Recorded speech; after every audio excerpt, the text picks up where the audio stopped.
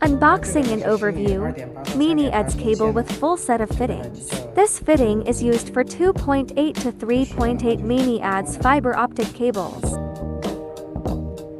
Now use this fitting and wrap it around the fiber cable.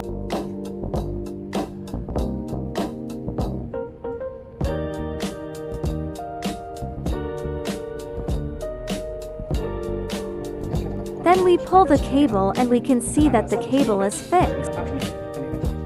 This is another Mini ADSS fiber optic cable wedge clamp. Now, let's use this clamp.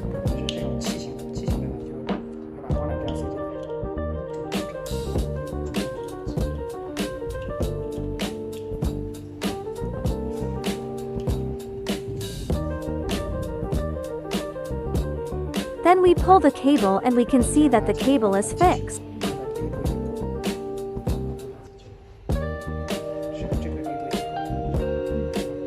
The optical fiber cable on the other side can continue to cascade.